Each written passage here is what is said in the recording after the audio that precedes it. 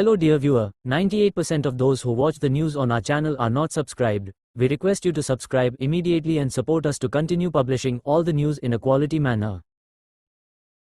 உலக பக்கவாத தினத்தை முன்னிட்டு ஸ்ரீ ராமகிருஷ்ணா மருத்துவமனையின் நரம்பியல் நிபுணர்கள் மக்களின் விழிப்புணர்வுக்காக பக்கவாத விழிப்புணர்வு பதாகையை வெளியிட்டனர். கோவை ஸ்ரீ ராமகிருஷ்ணா மருத்துவமனையில் பக்கவாத விழிப்புணர்வு மற்றும் அதன் தடுப்பு குறித்த கலந்துரையாடல் நிகழ்ச்சி நடத்தப்பட்டது. இதில் பக்கவாத விழிப்புணர்வு பதாகை வெளியிடப்பட்டது. இந்த நிகழ்ச்சியை ஸ்ரீ ராமகிருஷ்ணா மருத்துவமனையின் நரம்பியல் துறை தலைவர் மற்றும் தலைமை நரம்பியல் நிபுணர் டாக்டர் அசோகன் துவக்கி வைத்தார். சமூகத்தில் நோய் தடுப்பு விழிப்புணர்வை வளர்ப்பதில் மருத்துவமனையின் உறுதிப்பாட்டை அவர் வலியுறுத்தினார்.